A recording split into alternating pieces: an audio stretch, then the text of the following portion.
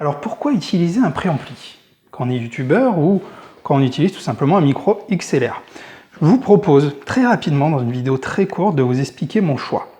Et pourquoi également beaucoup de youtubeurs font ce choix-là au niveau de la configuration de leur matériel.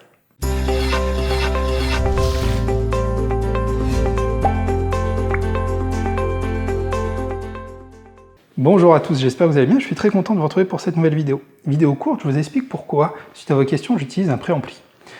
Comme je vous l'ai déjà expliqué, je vous mets le lien de la vidéo ici, j'utilise un micro XLR pour mes facecam. Très bon matériel, Rode NT1, qui me permet de faire vraiment beaucoup de choses, d'avoir un bon studio, un bon son. Les seuls soucis, c'est que, donc, comment ça se passe? Micro XLR, on va le brancher tout naturellement sur une carte son. Carte son USB, ici la Focusrite Scarlett 2i2, qui est un standard que beaucoup de youtubeurs utilisent. Pourquoi? Pour sa stabilité, pour sa simplicité d'utilisation. C'est très bien quand on veut faire du XLR sur du PC. Je ne recommande pas forcément les petits adaptateurs qu'on met sous les XLR et qu'on va brancher directement en USB. Vous pouvez avoir une perte de qualité de son, vraiment. Il peut y avoir beaucoup de pertes, donc passez par ce type de matériel, pas très onéreux, et ça vous permet d'avoir un bon son. Vous pourriez vous en cantonner à ça, balancer le son sur votre PC, mais moi, qu'est-ce que j'utilise en dessous? Vous connaissez peut-être, c'est un préampli micro. Alors, qu'est-ce que c'est que cette bestiole? Le préampli ici, peut-être que vous connaissez, car certains youtubeurs l'utilisent. À la base, ça vient vraiment de matériel très professionnel qu'on utilise soit en studio, soit en soirée, pour les professionnels qui font de la scène, qui ont des micros. C'est une marque qui est très connue, DBX, et le modèle c'est 286S. À quoi ça sert cette bestiole? Quand vous allez parler dans un micro, il peut y avoir plein de choses. Vous pouvez avoir de la nuisance sonore, des petits parasites autour de vous. Vous pouvez avoir des fluctuations, des variations de son au niveau de votre son. Ça arrive très souvent, c'est le fait de...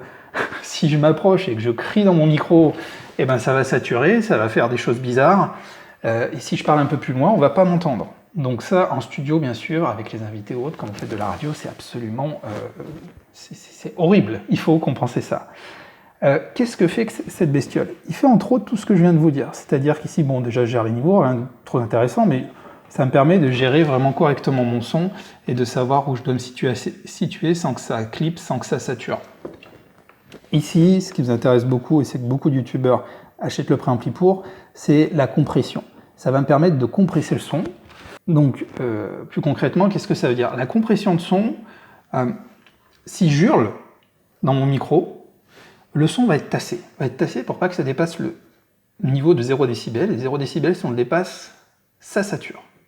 Donc pour rester un peu en dessous, vous avez un traitement automatique qui va permettre de m'empêcher, là on voit que ça travaille dur parce que je me rapproche de mon micro, hein.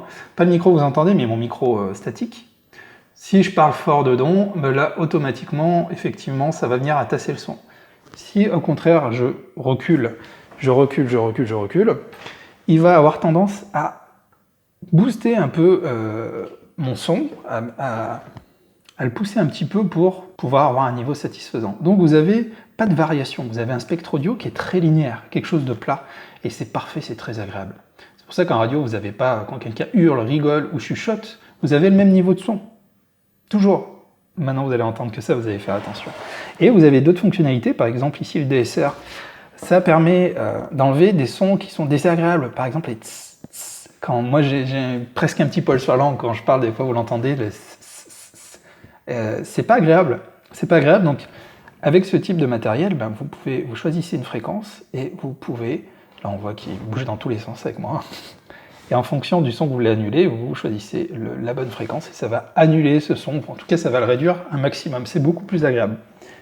À côté, vous avez, ça c'est top, c'est ce qui va vous permettre tout simplement de mettre un peu plus de basse ou de treb d'aigu dans votre son. Pour avoir une son, si je mets plus de basse, j'aurai un son de voix très radio. Je vous ferai une démonstration dans une autre vidéo, ou sinon vous pouvez montrer vos trebs. Vous faites vos propres petits réglages pour avoir la vidéo qui convient à votre voix et qui convient vraiment à vos attentes.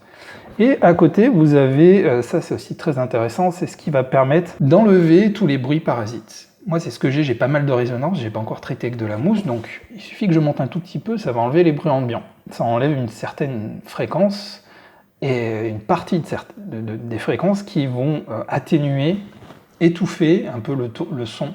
Alors du coup, il ne faut pas trop que ça résonne. Si ça résonne trop, ça va enlever aussi des sons de ma voix. Donc il faut trouver vraiment un juste milieu. Donc bah voilà, c'était une présentation rapide, vraiment grossière, mais tout ça pour vous dire que ça permet d'avoir un son top. Du coup le son, mon micro part dans le préampli, après part dans la carte son et part directement sur le PC. Ça me permet d'avoir un son parfait, enfin parfait, de bonne facture, malgré que j'ai pas trop isolé ici, que j'ai des problèmes de son, voilà, sans avoir à faire du post-traitement, à utiliser plein de filtres, ou à faire des bidouilles sur mon ordi, parce que, comme vous devez le savoir, les gens, c'est le plus important, c'est le son dans une vidéo. Toujours, toujours, toujours le son. Vous pouvez avoir un son horrible et une excellente qualité d'image, ça sera horrible à regarder, alors que si vous avez un très très bon son et une image vraiment bas de gamme, ça passe. Ça passe parce que l'oreille, l'information la plus importante, ça va être justement ce qu'on va entendre.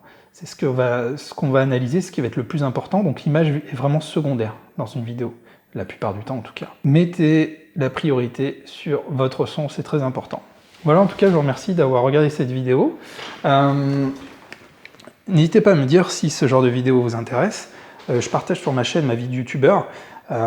Donc j'ai une autre chaîne principale sur laquelle j'ai plusieurs dizaines de milliers d'abonnés.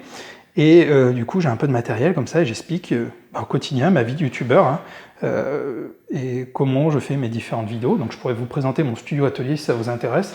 N'hésitez pas à me dire ce que vous voulez que je fasse comme vidéo pour vous et je les ferai avec grand plaisir. Si ça vous intéresse, n'oubliez pas de cliquer sur le bouton s'abonner, sur la petite cloche pour être sûr de recevoir toutes les prochaines vidéos. Si vous aussi vous voulez être youtubeur, si vous souhaitez vous lancer, je donne toutes mes petites astuces. Voilà, je vous remercie d'avoir regardé cette vidéo et je vous dis à très bientôt pour une autre vidéo.